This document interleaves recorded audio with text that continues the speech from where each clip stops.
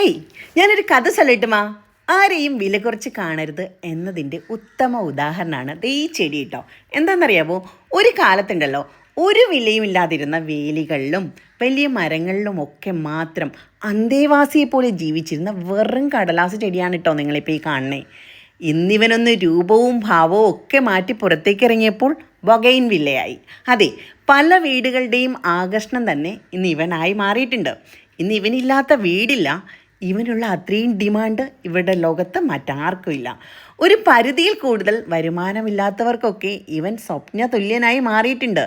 മറ്റ് വീടുകളിൽ നിൽക്കുന്നത് കണ്ട് ആസ്വദിക്കുകയല്ലാതെ വാങ്ങിക്കാനുള്ള കഴിവില്ല എന്ന് പലരും ചിന്തിച്ചു തുടങ്ങിയിട്ടുണ്ട്.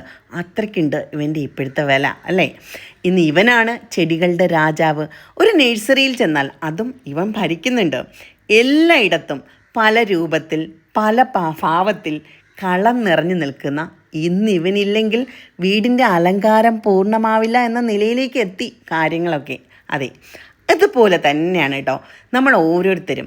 നിലവിൽ ഏത് സാഹചര്യത്തിൽ നിൽക്കുന്നു എന്നതിലല്ല, മുന്നോട്ട് എങ്ങനെ പോകുന്നു എന്നതിലാണ്.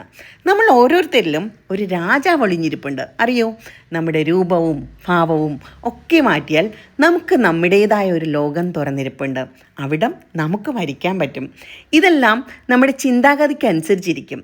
കാട്ടിലും മരത്തിലും മാത്രമായി ഒതുങ്ങണോ, അതോ എല്ലാവരും നിങ്ങളെ തേടി വരണോ എന്നുള്ളത് നമ്മുടെ രൂപഭാവ മാറ്റത്തിനനുസരിച്ചിരിക്കും. ഒരു നാൾ വരും, നമുക്ക് എല്ലാവർക്കും ആ നാളുകൾക്കായിട്ട് പ്രയത്നിക്കാം, അധ്വാനിക്കാം. ഇത് പറയുന്നത് ഇടുക്കി സ്റ്റോറീസാണ് കേട്ടോ. അപ്പോൾ ഈ ബോഗൺവില്ല വസന്തം നിങ്ങൾക്ക് എല്ലാവർക്കും ഇഷ്ടമായി എന്ന് കരുതുന്നു. ശരിക്കും നിങ്ങളുടെ ഓരോരുത്തരുടെ വീട്ടിലും ഈ ബോഗൺവില്ലകൾ ഉണ്ടാവട്ടെ.